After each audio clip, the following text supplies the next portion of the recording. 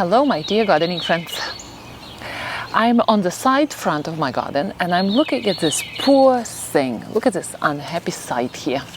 This is my Cotoneaster, and it was here growing maybe for the last 10 years, occupying this very difficult spot in my garden. This is our parking lot, and we have this little sharp corner soil area which is not under cement, going right into the parking lot.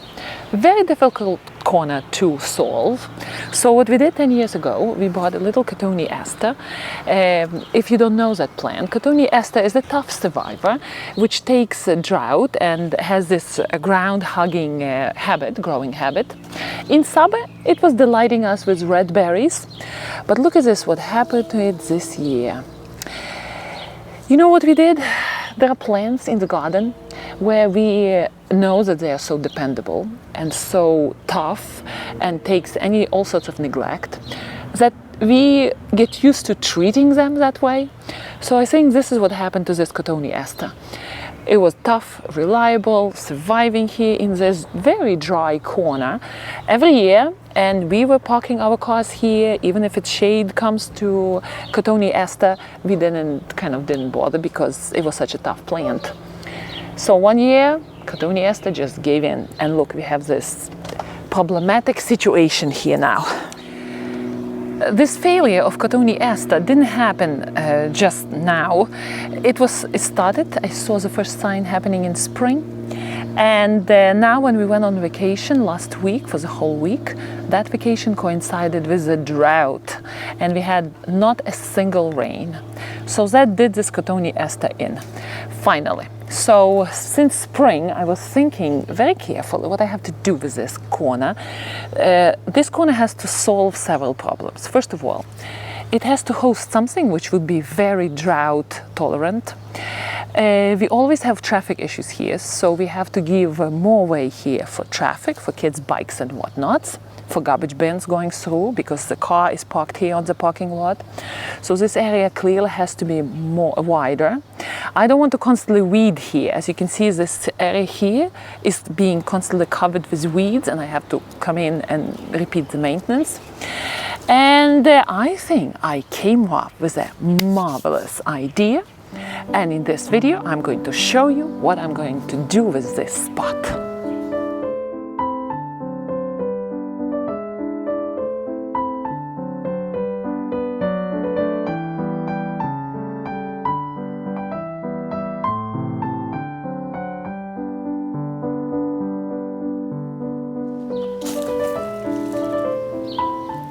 You know what? This Cotoneaster was laying her branches, and I think she laid another bush here. And that bush is growing separately from the original one. What should we do about that? I have to think about it. Do I want that little bush here growing again, or I don't?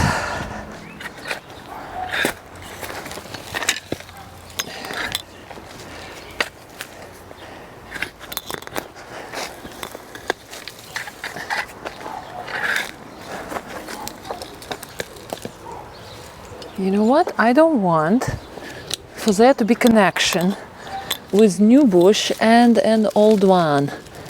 So I'm severing any connections between these two plants. All right, good. All right.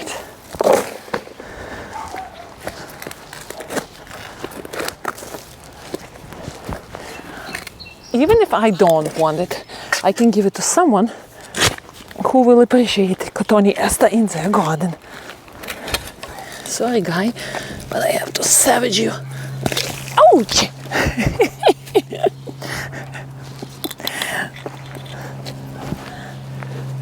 All right. I'm not sure if this guy will survive. Let's see. My pot is too little for him.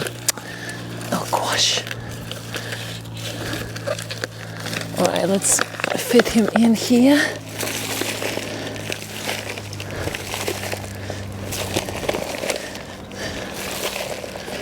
Let's give him a little trim, because that's the last thing what he needs to do right now to support all this green growth.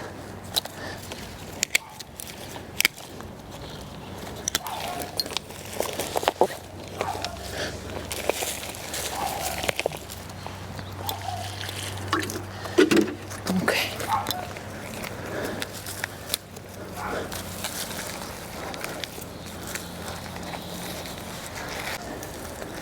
Let's see if this guy wants to survive, and if he does, one of my friends will receive a little freebie in their garden.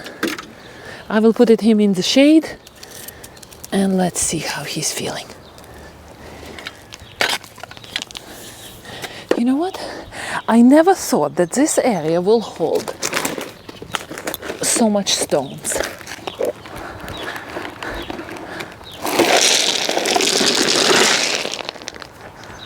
All right, so what I'm doing here, I'm trying to separate soil, which is, golden commodity here in my garden. So this soil will go to build up the raised beds in my backyard. I'm separating stones from soil because I'm going to reuse very well shaped round stones to make design here, and all the awkward stones will go to the bottom, forming the foundation. So this soil I'm not going to use here, and this soil is going to be happily reused at the back. So this is what I'm doing, and look again, so many stones in this little patch. After all the rocks are sorted,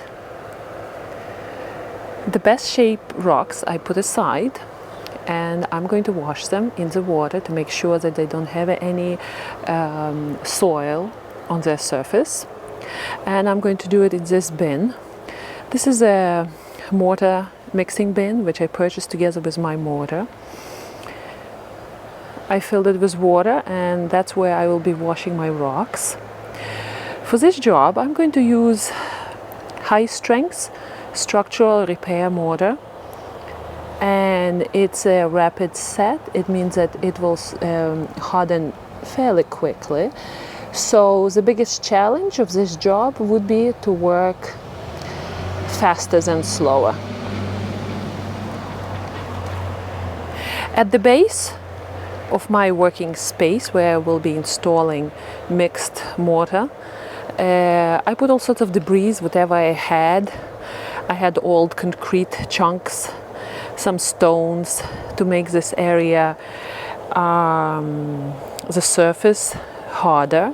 But I don't worry that the surface will crack, because this area was very well walked on. So the soil is already well compacted. So all the years of foot traffic on it. But if you have an area where you need to install the first layer base, usually crushed stones would be 2 inches of crushed stones would be a good solution.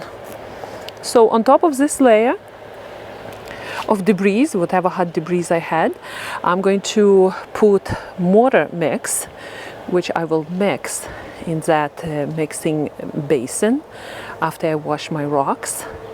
And I will be working section at a time, and will be laying my stones. I went for flat, narrow, flat, elongated stones, and I'm going to put them deep into cement, and will create some sort of a pattern out of them.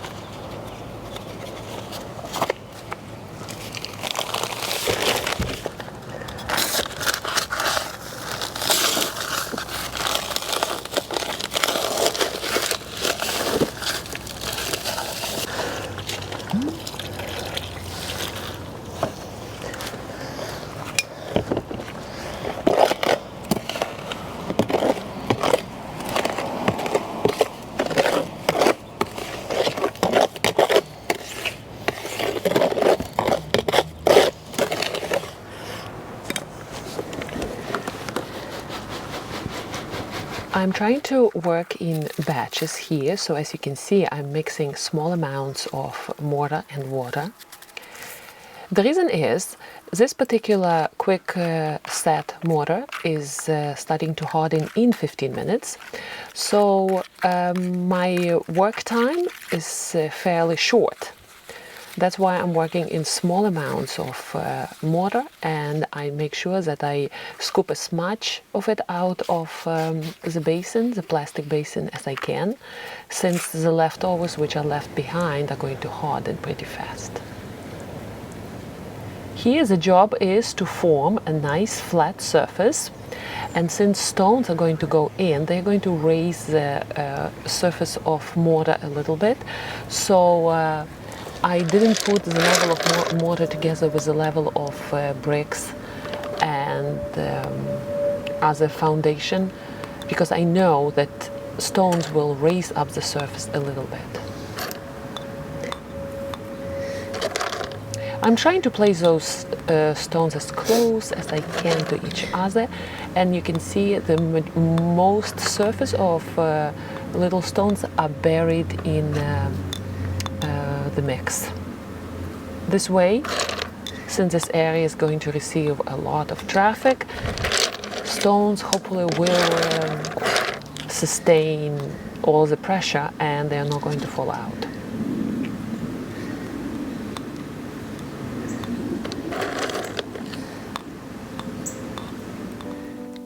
If you decide to make a project, something like I'm doing, make sure that stones which are going in are wet. This way it's easier for them to get connected to the mortar mix.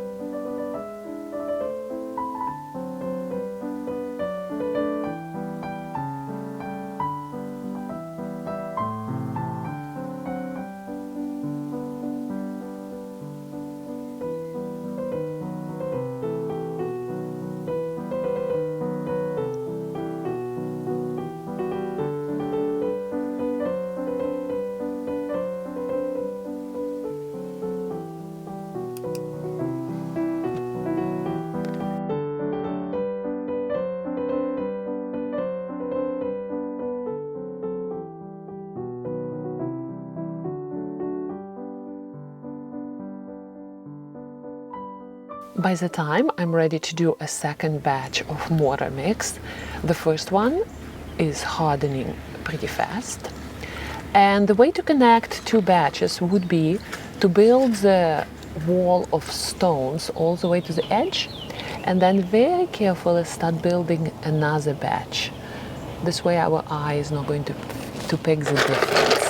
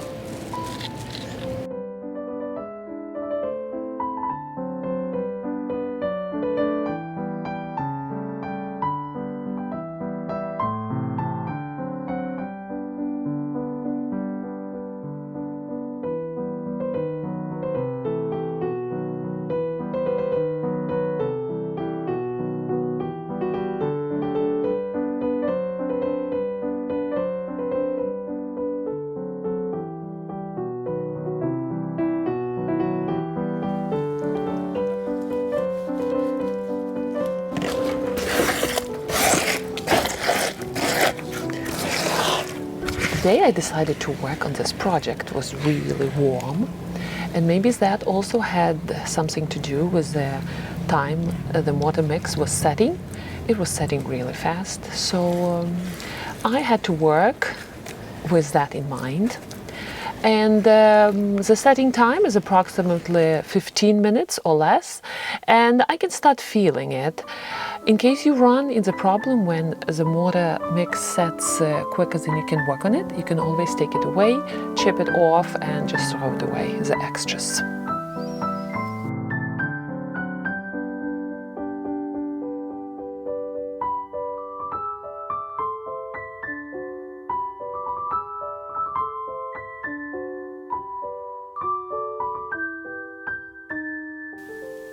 The project is almost done. I'm working on the last section, and the way I finish it, I make a hill going down with stones, and then I will cover the edge of stone wall with the help of soil. This way the connection there is not going to be visible. You know, the separation between stones and soil is not going to be very visible.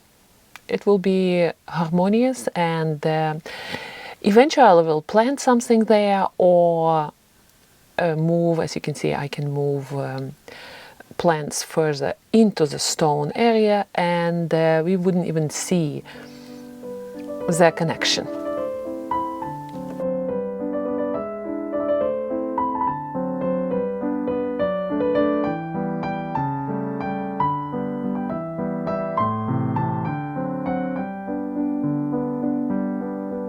Here is an update on the old path, which I built several years ago, maybe 4 or 5 years ago.